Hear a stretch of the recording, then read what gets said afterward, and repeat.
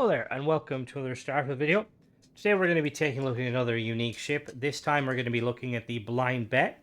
This is Adler Kemps ship from the Crimson Fleet questline. So this ship is based on the Crimson Fleet. Let me double check. I believe it's the Crimson Fleet Reaper. Yeah, it's the Crimson Fleet Reaper. Now, interestingly, looking at this ship, there is some slight differences in the base ship. So in our last video, we looked at the Lady Ludmilla, and that was pretty much just a bog standard Crimson Fleet vessel.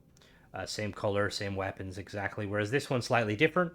Seems to operate different kind of weaponry than the base variant of the ship. So this is, like I was saying, this belongs to Adler Kemp. Adler is kind of the guy that kind of first introduces you to the Crimson Fleet.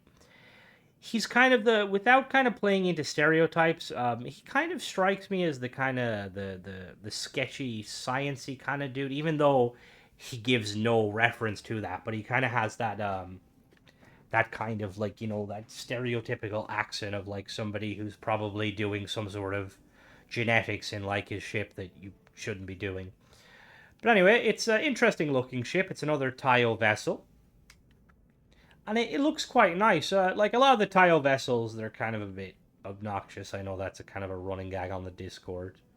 But I actually quite like this one. So this ship, you can't buy this ship because it belongs to Adler. It's a unique ship. But you can come across it either when you side with the Crimson Fleet or side against the Crimson Fleet. Depending on it, you will have to fight him or side with him. So if you look at the stats, it's got a fuel of 140. Fuel's quite low. Carry capacity, or a hull of 770, which is pretty decent. It's got a carry capacity of 1160 with a shielded capacity of 240, which is quite good, considering. It's got B-class reactor with 24 power, crew of 4, jump range of 25 light years, 690 shield, and it's got 2 sets of particle weapons. It's got 2 particle turrets that are mounted on the top, and then it's got a single particle, fixed particle kind of cannon. Now, with the base version of this vessel, the Reaper, it has 3 fixed particle weapons, all the same, which is kind of interesting. I'm a big fan of turrets. So if you want to make this ship, obviously there's not a lot of making to it. It's, like I said, it's the Crimson Fleet, the Reaper. You just get one and just kind of slaps new weapons on it and stuff. But if you want to build it from scratch, it's going to cost you around 160k without perks. So let's go take a look at it. So again, with one of the kind of the common things with a lot of these kind of lesser known captains, like with Adler, like he's not a lesser known captain per se, but you don't have a situation where you really get to see his ship until like the end of the quest line. It's not like with the Estrella Navis ship where you kind of come across her ship quite a lot.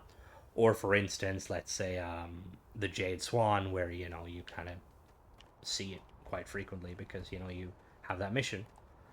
It's quite a cool ship. I quite like it. When it comes to Tayo, like I was saying, Tayo ships, they're kind of like, I don't mind them. I know there's a running gag on the Discord. There's Nolgroth in particular, one of our kind of our veteran builders. He despises Tayo because it's just hard to kind of make them look nice without kind of following a very specific pattern, which most Tayo ships are. But I quite like this one. I like the kind of the kind of the prongs on the front and the back. So if we head in to the Blind Bet, I like the naming of this one, the Blind Bet. I'm not sure what a Blind Bet is. Also, we've got, straight off the bat, we've got the workshop straight up, which is bonus points. Some of the other vessels I was covering, you had to kind of jump through hoops to get the I was just looking at that. You had to jump through hoops to get to the workshop, so it's nice that this is here off the start. And then it's the standard Tayo ones. We got spaceship, workstation, weapon workbench, and the industrial. We do not have a research station, but we might have a medical, depending on if we get up here. We'll see. We have a crew control station here. Very nice. And we have... Okay, we don't have much of this. That's never mind. We got a docking port here. And then we've got the Tayo bridge, which isn't too bad. So yeah, let's take it off. See how she performs. Like I said, this is there's not a lot to this vessel because there's only 2 rooms technically, but I quite like it. Honestly, I'm surprised he has the crew station. I don't know why he didn't why they didn't opt to give him like a captain's quarters. Since these captains generally like their ships, they're probably just piloting them by themselves. Anyway, let's take it off. Again with the color scheme, I feel like even though like it's quite similar to the base version of the ship it's based on, the Crimson Reaper, I kind of think they should have done them a little bit of justice by having all of the unique the Crimson Fleet ships, the captain's ships, basically giving them a unique color scheme. I could definitely see Adler having a kind of a black vessel because he has that cool kind of trench coat type thing. So as always, I have a perk that increases my power by 5. So for the sake of this review, we're going to be leaving 5 power away. So we've got those single particle there, and then we've got the particle turrets that can't be fired. Base speed of 140 because we're making use of those Relodyne engines. Boost speed is going to be 520, I believe. Yeah, 520, pretty nice. Agility test, quite agile. Weirdly, it's more agile than the last one, even though this carries more. It's probably because it's making use of better engines. And then the roll there. So we're gonna head down to the surface now and show you how it's built. Alright, so interesting, this ship is only gonna 1 level, so I did take off the weapons just to kind of showcase. So we've got 2 of these PBO-100 auto-neutron turrets from Ballistic Solution Incorporated.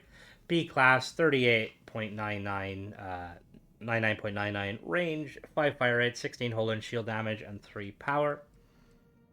And then we've got an Eradicator, 75 MeV neutron beam from Lightsight.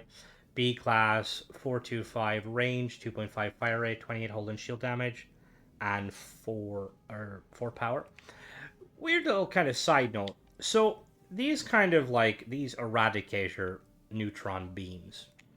So I kind of wish that these shot an actual continuous beam instead of a kind of a burst of energy.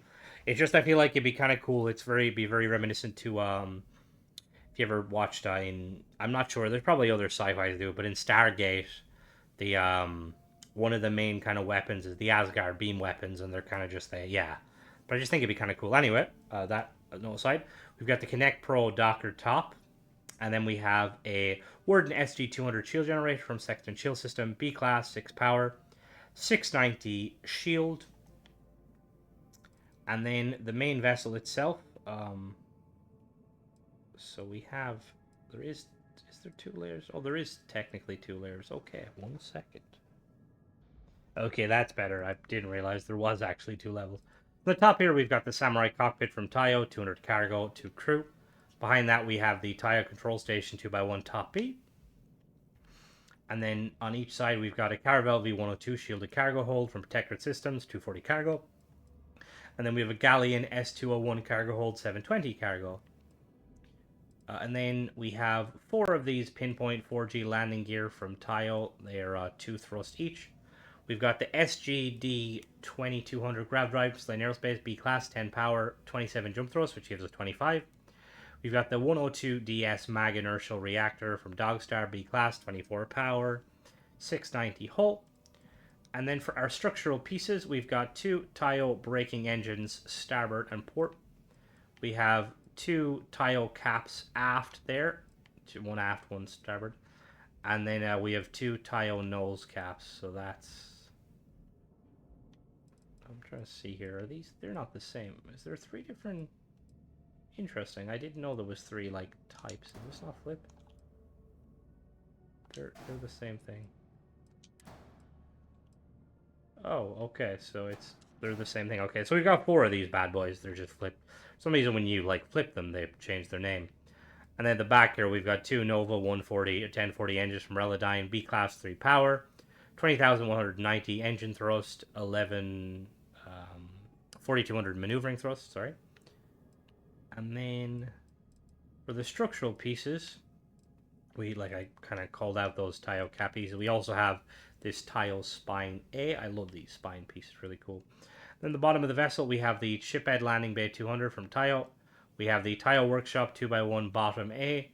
We have a single 400G helium-3 tank from Ballistic Solutions. And then we have a pinpoint 4G landing gear from Tile. And then if we put it back together, so you can see there the two turrets mount onto the landing gear. And then we have this one here mounts onto there. All in all, pretty interesting ship. Like I was saying, I quite like this when it comes to the kind of the Tile ships that have been stolen by Crimson Fleet. I quite like this one. It's really cool.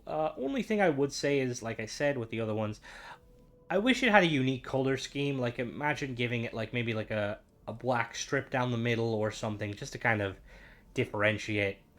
You know, like these pirates, like clearly they want their name to be known because they have a level of infamy. And you see this ship and you're like, is that just a generic pirate ship or is that someone we should be worried about?